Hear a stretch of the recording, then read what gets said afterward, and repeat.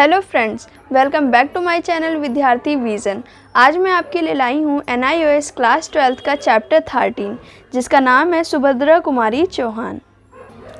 सुभद्रा कुमारी चौहान जिसकी लेखिका हैं महादेवी वर्मा। इस पाठ में आप सुभद्रा कुमारी चौहान के बारे में पढ़ेंगे। उनके जीवन के बहुत सारे पहलुओं से आप परिचित होंगे। सुभद्रा कुमारी चौहान के व्यक्तित्व की महत्वपूर्ण विशेषताओं को भी हम इसमें जान सकते हैं। फॉर एग्जाम्पल, उनके बोलने का तरीका कैसा था, उनकी पर्सनैलिटी कैसी थी, हम उन सब के बारे में जानेंगे। फ्रेंड्स, हम अपना चैप्टर स्टार्ट करने से पहले आइए देखते हैं कि आखिर रेखा चित्र किसे कहते हैं।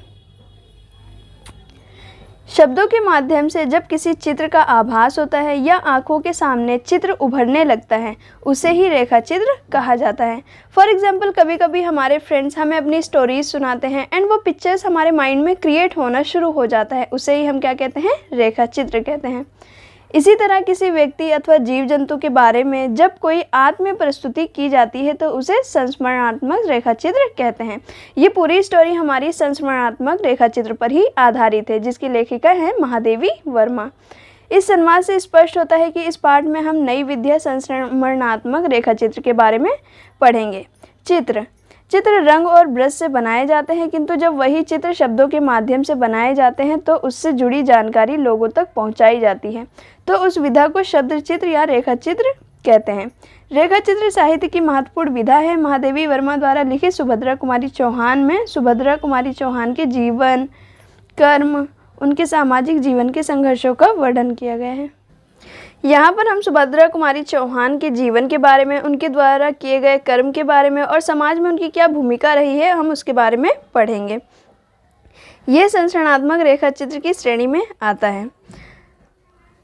आइए इसके मुख्य उद्देश्यों को देख लेते हैं। सुभद्रा कुमारी चौहान के व्यक्तित्व की महत्वपूर्ण विशेषताओं का हम वर्णन करेंगे। भावगत और शिल्पगत विशेषताओं पर भी टिप्पणी कर सकते हैं। राष्ट्र और समाज के विकास के लिए कर्तव्य भाव, राष्ट्र चेतना जैसे अनेक मूल्यों को आत्मसात कर उन्हें प्रस्तुत कर सकते हैं। आत्मबोध, विश्लेषण, निर्णय क्षमता और आलोचनात्मक चिंतन का अपने जीवन में उपयोग कर उनका उल्लेख कर सकेंगे। अपने संपर्क में आए व्यक्तियों की विशेषताओं का मूल्यांकन कर उन पर रेखाचित्र लिख सकते हैं। यानी कि आप अपने पर्सनल लाइफ में भी किसी भी व्यक्ति के बारे में लिख सकते हैं। इस पाठ में आप प्रखर रचनाकार सुभद्रा कुमारी चौहान के बारे में पढ़ेंगे और इनके जीवन के विविध पहलुओं से परिचित होंगे। मैं चैप्टर स्टार्ट करने से पहले आपको सुभद्रा कुमारी चौहान के बारे में थोड़ा सा बताना चाहती हूँ।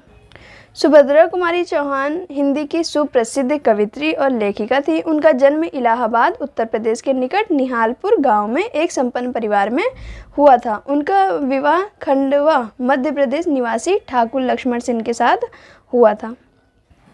पति के साथ वे भी कई बार जेल गई थी। स्वाधीनता आंदोलन से जुड़ी और अनेक बार जेल गई और यातनाएं भी सही। झांसी की रानी इनकी प्रसिद्ध कविता भी थी। 15 फरवरी 1948 को एक सड़क दुर्घटना में इनका निधन भी हो गया था। यहाँ पर मैंने आपको सुभद्रा कुमारी चौहान के बारे में थोड़ा सा बताया है। आइए चलते हैं हम अपने मूल पाठ पे। हमारे शैशवकालीन अतीत और प्रत्यक्ष वर्तमान के बीच समय प्रवाह का पाठ जैसे जैसे चौड़ा होता जाता है, वैसे वैसे हमारी स्मृति में अनजाने ही एक परिवर्तन लक्षित होने लगता है।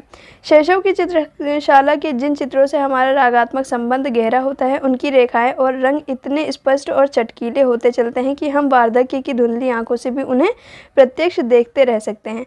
पर जिनसे ऐसा संबंध नहीं होता है, वे फीके होते हैं। इस प्रकार स्मृति से धुल जाते हैं कि दूसरों के स्मरण दिलाने पर भी उनका स्मरण कठिन हो जाता है।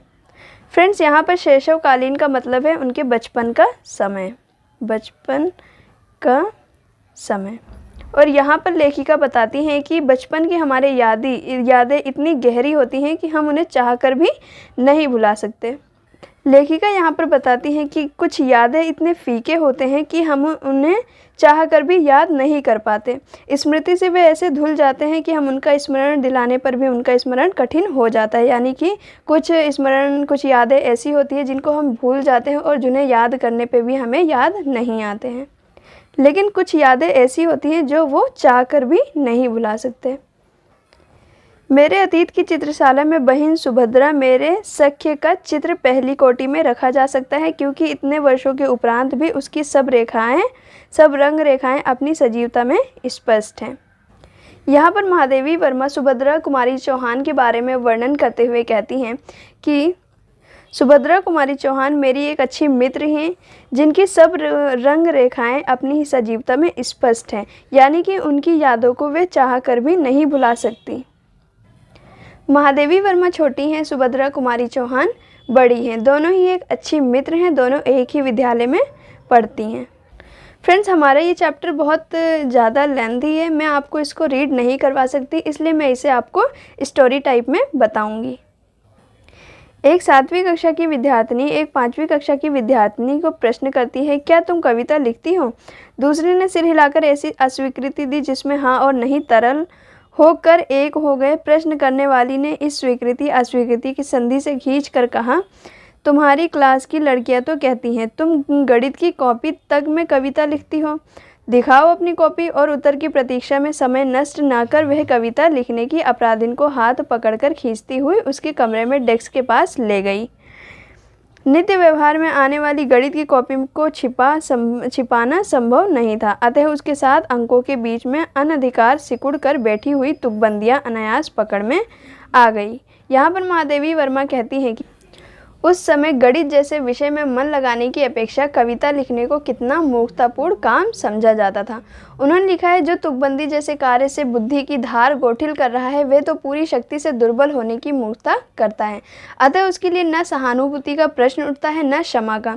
किंतु इसके लिए महादेवी वर्मा को सुभद्रा कुमारी चौहान से न सिर्फ प्रोत्साहन मिलता है अपितु आगे चलकर दोनों पद के साथी भी बनते हैं और कविता के क्षेत्र में अपने युग का प्रतिनिधित्व भी करते हैं। रेखा चित्र विधा में शब्दों के माध्यम से संबंधित व्यक्ति के बाहरी रूप और उसके गुण का वर्णन किया गया है। यादें उस शब्द चित्र को जीवंतता प्रदान करती है। प्रस्तुत संस्मरणात्मक रेखा चित्र में भी इसी शैली का अनुसरण किया गया है। लेखिका ने सुभद्रा कुमारी चौहान को असाधारण निश्चय वाला व्यक्तित्व बताते हुए उनके बाहरी रूप और आंतरिक गुण का वर्णन करते हुए लिखती हैं, उनका कद मंझोले कद तथा उस समय की देह यष्टि में ऐसा कुछ उग्र या रौद्र नहीं था जिसकी हम वीर गीतों की कवियत्री में कल्पना करते हैं।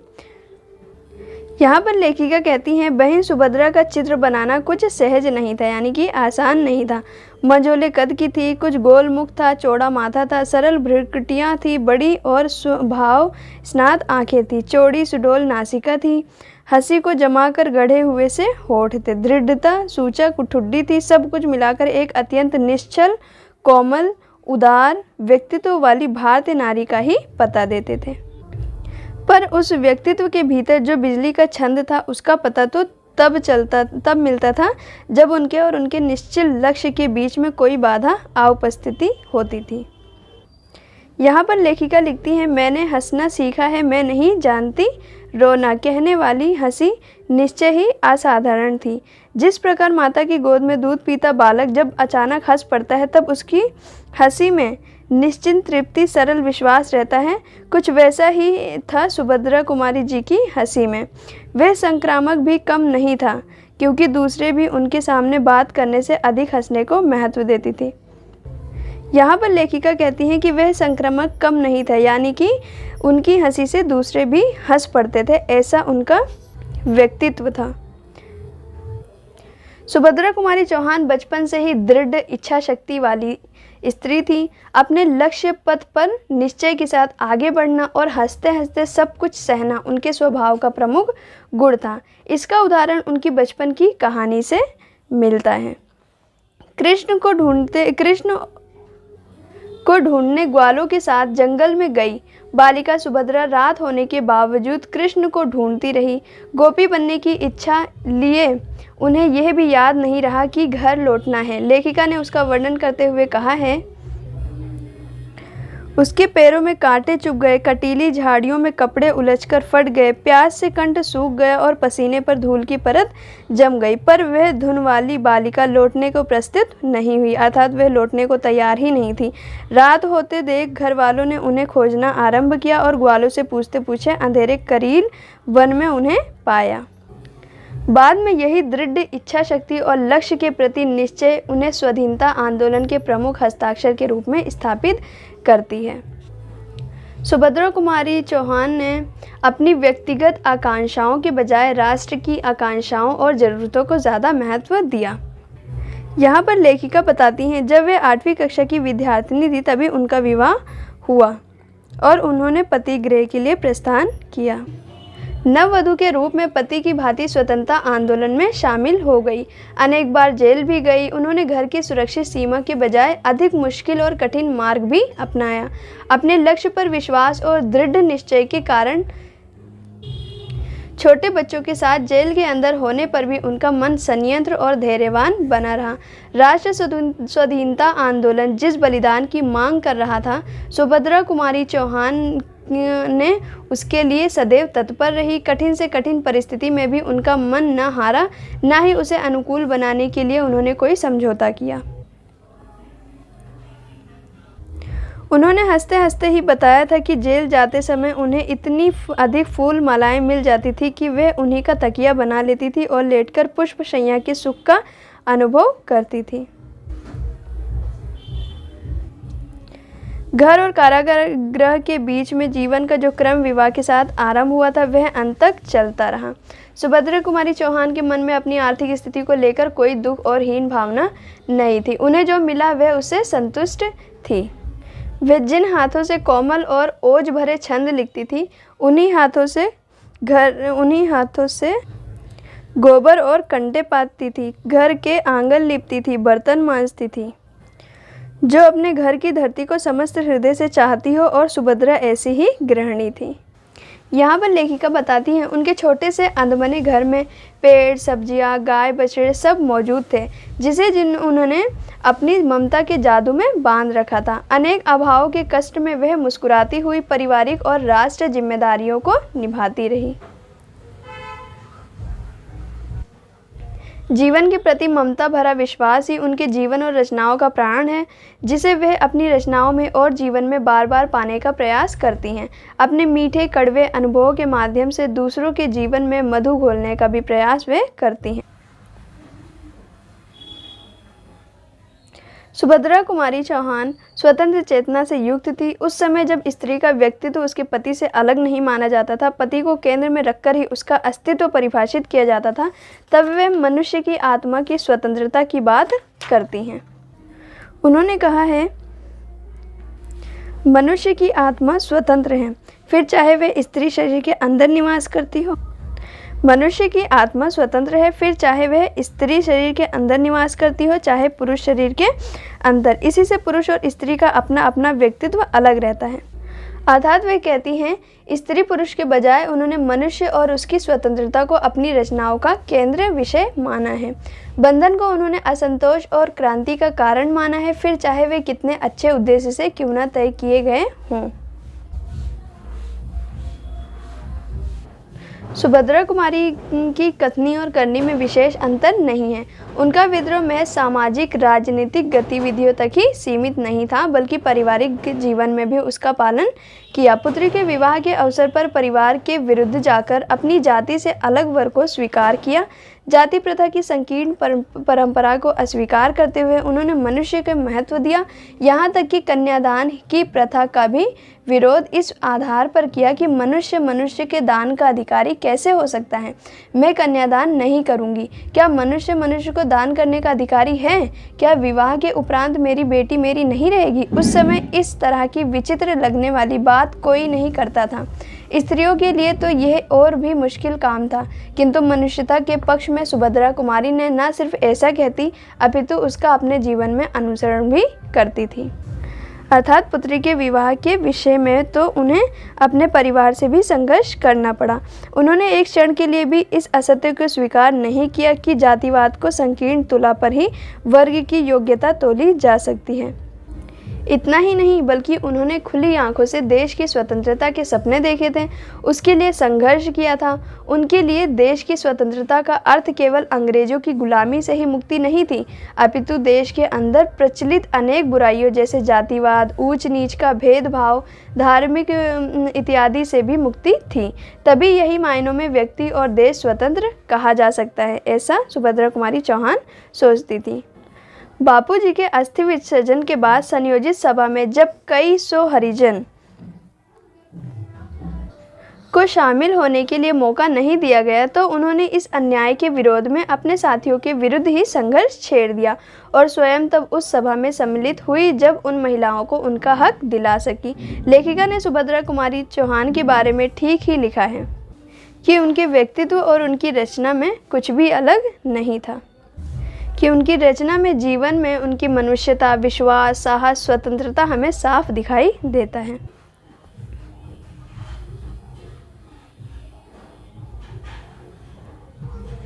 सातवीं और पांचवी कक्षा की विद्यार्थिनियों के सख्य को सुभद्रा जी के सरल स्नेह ने ऐसी अमिट लक्ष्मण रेखा से घेर कर सुरक्षित रखा है कि उस समय पर कोई रेखा नहीं खींचा जा सकता।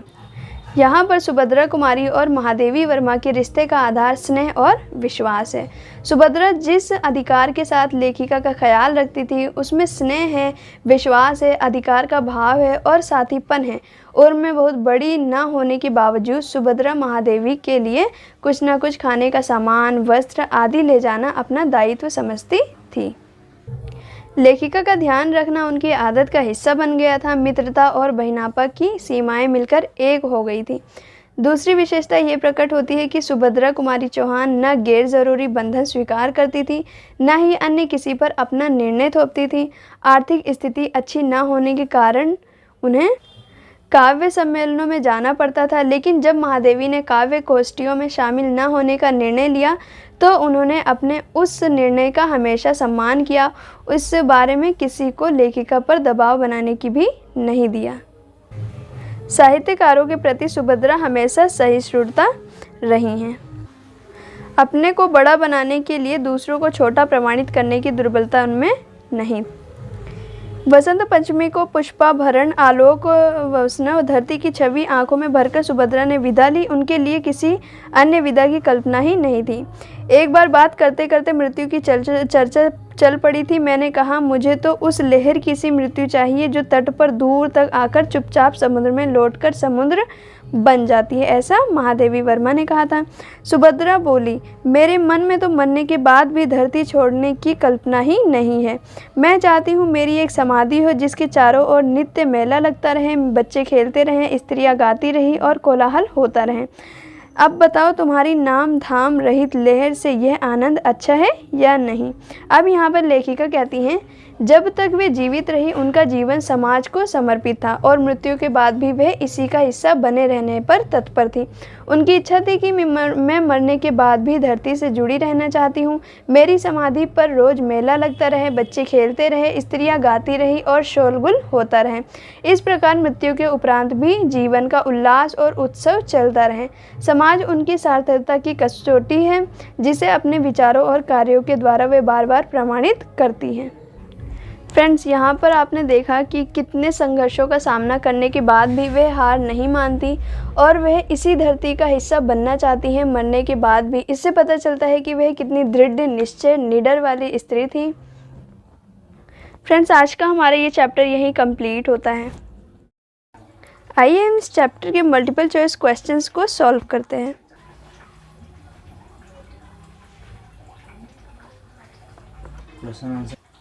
पाठगत प्रश्न 13.1 का क्वेश्चन 1 है, महादेवी वर्मा और सुभद्रा कुमारी चौहान के संबंध को किस कोटि में रखा जा सकता है। का है आंसर रागात्मक मित्र भाव का संबंध। क्वेश्चन 2 है हमारा, महादेवी कविता लिखने की बात क्यों नहीं स्वीकार करना चाहती थी। ग है इसका आंसर गलत और गैर जरूरी बात मानी जाती थी। नेक्स्ट है पाठगत प्रश्न 13.2, लेखिका ने नारी के वीर भाव को उदात्त इसलिए माना है क्योंकि वह ममता सजल कल्याणी वीर भाव हैं। 2 है हमारा, सुभद्रा कुमारी घर और कारागार के बीच संतुलन स्थापित करने में कैसे सफल हुई। मानसिक धैर्य और दृढ़ निश्चय के द्वारा। 3 है, सुभद्रा कुमारी ने अपने घर की छोटी सी सीमा में क्या क्या संग्रहित किया था। गाय, बछड़े। नेक्स्ट 1 है, सुभद्रा कुमारी चौहान के जीवन में पत्नी के कौन से स्वरूप को उभारा गया है। ग है सहयोगी मित्र के रूप में। सेकंड है, मनुष्य की आत्मा स्वतंत्र है। इस पंक्ति से क्या अभिप्राय है। बंधन व्यक्ति का विकास रोकते हैं। इस पाठ के अनुसार बंधन से मुक्ति का स्वरूप कैसा होना चाहिए? तो उपयुक्त सभी सामाजिक पारिवारिक मान्यताओं और रूढ़ियों से मुक्त होना चाहिए। अंग्रेजी शासन से मुक्ति, तार्किक और मानवीय, ये सभी आएंगे इसमें। फ्रेंड्स, यहाँ पर मैंने मेन लाइन को अंडरलाइन कर रखा है, आप इसे पढ़ सकते हैं।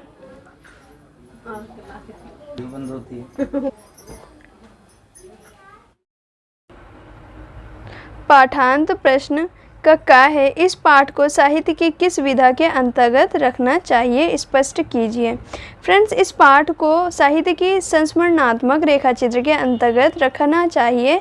इसमें साहित्य की दोनों विधाएं रेखाचित्र संस्मरण के तत्व शामिल हैं।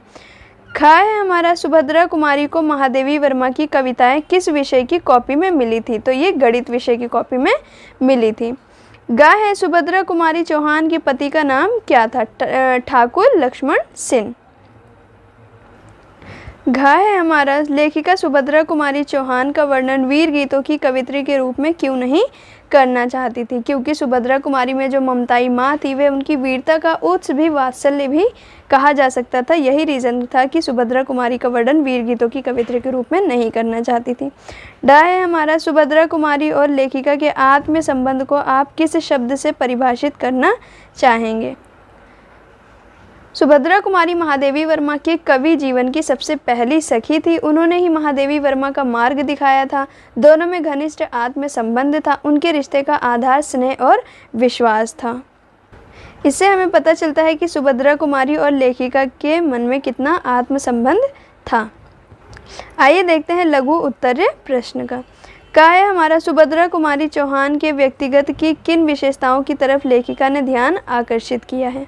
फ्रेंड, इसमें हमें आंसर देना है कि सुभद्रा कुमारी चौहान की व्यक्तित्व की जो विशेषताएं थी उनका वर्णन करना है। वह दृढ़ इच्छा शक्ति वाली स्त्री थी। राष्ट्र के प्रति भावना थी उनके मन में। सरल और सहज जीवन जीती थी। कोमल और उदार व्यक्तित्व था उनका। स्वतंत्रता सेनानी थी। स्वतंत्र व्यक्तित्व वाली थी। आधुनिक सोच रखने वाली स्वतंत्र सेनानी थी वो।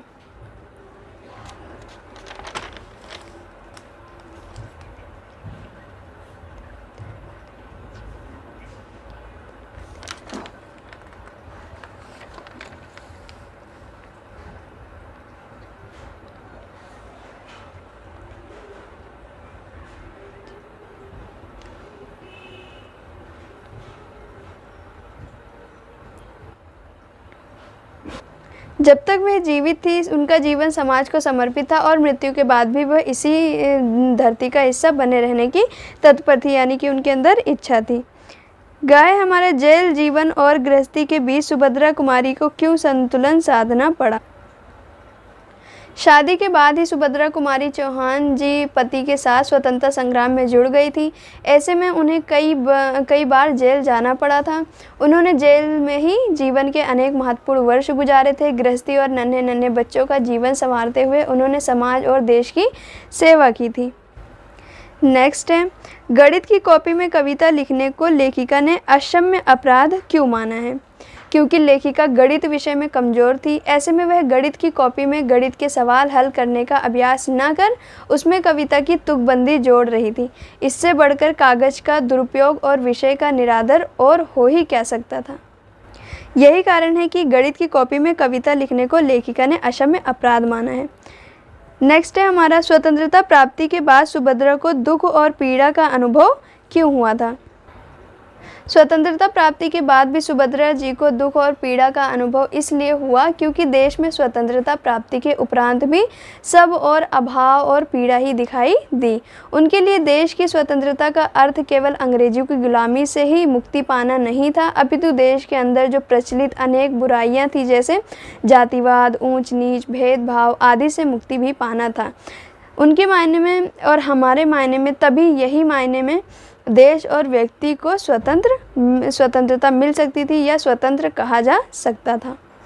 नेक्स्ट है दीर्घ उत्तरीय प्रश्न। ये हमें लॉन्ग आंसर्स करने हैं इसके। क्वेश्चन 1 है, इसका लेखिका क्यों नहीं चाहती हैं कि उनके द्वारा कविता लिखने की बात सबको पता चले? उस समय कविता लिखना एक गलत और गैर ज़रूरी माना जाता था। कोई तुक जोड़ता है, यह सुनकर ही सुनने वालों के मुख की रेखाएं बदल जाती थी। इस प्रकार वक्र कुंचित हो जाती थी, मानो उन्हें कोई कटु तिक्त पे पीना पड़ा हो। इसलिए लेखिका नहीं चाहती थी कि उनके द्वारा कविता लिखने की बात को सबको पता चले। नेक्स्ट है क्वेश्चन 2, सुभद्रा कुमारी के ब्रह्म रूप आंतरिक गुणों की चर्चा कीजिए। यहाँ पर सुभद्रा कुमारी जी की बाहरी रूप और आंतरिक गुणों का वर्णन करना है। सुभद्रा कुमारी के ब्राह्य रूप यानी कि बाहरी रूप के अंतर्गत उनका ममोल कद, कृष्ण दृष्टि, गोल मुख, चौड़ा माथा, सरल भ्रुकुटियाँ, बड़ी और भावस्मात आँखें, छोटी सुडौल नासिक, दृढ़ सूचक ठुड्डी थी। और आंतरिक गुणों के अंतर्गत निश्चल, कोमल, उदार व्यक्तित्व, लक्ष्य के प्रति दृढ़ निश्चय और अडिग स्वतंत्रता सेनानी, मन को संयंत्र रखने वाली ममतामयी और स्नेहिल थी। कौन? सुभद्रा कुमारी चौहान। ये थी उनकी विशेषताएं। क्वेश्चन 3 है, स्वतंत्रता आंदोलन में सुभद्रा कुमारी चौहान ने अपनी व्यक्तिगत आकांक्षाओं के स्थान पर जन सामान्य की भावनाओं का सम्मान किया। इस कथन के परिप्रेक्ष्य में विचार प्रस्तुत कीजिए। सुभद्रा कुमारी ने अपनी व्यक्तिगत आकांक्षाओं के बजाय राष्ट्र की आकांक्षाओं और ज़रूरतों को महत्व दिया था और नववधू के रूप में पति की भांति स्वतंत्रता आंदोलन में शामिल हो गई थी। अनेक बार जेल भी गई थी। उन्होंने घर की सुरक्षित सीमा के बजाय अधिक मुश्किल और कठिन मार्ग अपनाया। अपने लक्ष्य पर विश्वास और दृढ़ निश्चय के कारण छोटे बच्चों के साथ जेल के अंदर होने पर भी उनका मन संयंत्र और धैर्यवान बना रहा। राष्ट्रीय स्वाधीनता आंदोलन जिस बलिदान की मांग कर रहा था, सुभद्रा कुमारी उसके लिए सदैव तत्पर रही। कठिन से कठिन परिस्थितियों में भी उनका मन न हारा, न ही उसे अनुकूल बनाने के लिए उन्होंने कोई समझौता किया। नेक्स्ट है क्वेश्चन 4, सुभद्रा कुमारी के मन में अपनी आर्थिक स्थिति को लेकर कोई हीन भावना क्यों नहीं थी? सुभद्रा कुमारी के मन में अपनी आर्थिक स्थिति को लेकर कोई दुख और हीन भावना नहीं थी, क्योंकि उन्हें जो मिला वह उससे संतुष्ट थी। वे जिन हाथों से कोमल और ओज भरे छंद लिखती थी, यानी कि कविताएं लिखती थी, उन्हीं हाथों से गोबर के कंडे भी पाथती थी, आंगन लीपती थी, जिसे उन्होंने अपनी ममता के जादू से बांध रखा था। अनेक अभाव और कष्ट में वह मुस्कुराती हुई पारिवारिक और राष्ट्रीय जिम्मेदारियों को भी निभाती थी। क्वेश्चन 5 है, सुभद्रा कुमारी चौहान ने सार्वजनिक जीवन के बंधनों का सदैव विरोध किया। इस तथ्य का मूल्यांकन कीजिए। सुभद्रा कुमारी चौहान ने सार्वजनिक जीवन के बंधनों का सदैव विरोध किया। उनका कहना था कि बंधन कितने अच्छे उद्देश्य से क्यों न लगाया जाए, वह बंधन ही होता है। जहाँ बंधन है वहाँ असंतोष तथा क्रांति भी है, किंतु यह समझना जरूरी है कि व्यवस्था को बनाए रखने के लिए अनेक बार बंधन जरूरी भी है, किंतु वे बंधन तार्किक और मानवीय होने चाहिए। जो अमानवीय है, शोषण का यंत्र है, उनके विरुद्ध संघर्ष करना चाहिए। सुभद्रा कुमारी का संघर्ष ऐसे ही अमानवीय नियमों से है।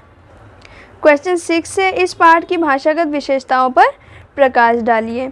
इस संरचनात्मक रेखाचित्र में आप बोलचाल की साहित्यिक भाषा का प्रयोग करती है। इसमें हम आम बोलचाल की भाषा का प्रयोग करते हैं। ये सरल साहित्यिक हिंदी भाषा है, जिसमें बाल चाल में प्रचलित अनेक भाषाओं के शब्दों का प्रयोग किया गया है। प्रवाहमय इस संरचनात्मक रेखाचित्र की एक अन्य विशेषता है। प्रवाहमयता भाषा का वह गुण है जो किसी रचना को पाठनीय देता है। किसी पाठ में यह गुण लोगों में जुड़ने वाले भाव और शब्दों के उपयुक्त चयन, उनके सटीक प्रयोग पर निर्भर होता है। इस पाठ में तत्सम तद्भव के साथ विदेशी भाषा के अनेक शब्दों का भी प्रयोग किया गया है, किंतु महादेवी वर्मा ने सुभद्रा कुमारी की कथा के साथ उनका इस प्रकार से प्रयोग किया है कि पाठ सहज रूप में संप्रेषित हो गया है। चित्रणात्मक भाषा का ऐसा गुण है जिसमें कही गई बात दृश्य रूप में पाठक के सामने उपस्थित हो जाता है। इस पाठ में चित्रणात्मकता भाषा का भी प्रयोग किया गया है। मानवीयकरण अलंकार का भी प्रयोग इस पाठ में किया गया है। फ्रेंड्स, ये था हमारा चैप्टर और उसके क्वेश्चंस आंसर्स। इसमें सुभद्रा कुमारी चौहान के बारे में बताया गया था। फ्रेंड, ये चैप्टर काफ़ी लेंदी था, मैंने आपको शॉर्ट समरी में एक्सप्लेन किया है। आई होप कि आपको चैप्टर पसंद आया होगा और समझ आया होगा। अगर वीडियो पसंद आया तो लाइक, सब्सक्राइब एंड शेयर ज़रूर करें। मिलते हैं नेक्स्ट वीडियो में, तब तक के लिए जय हिंद।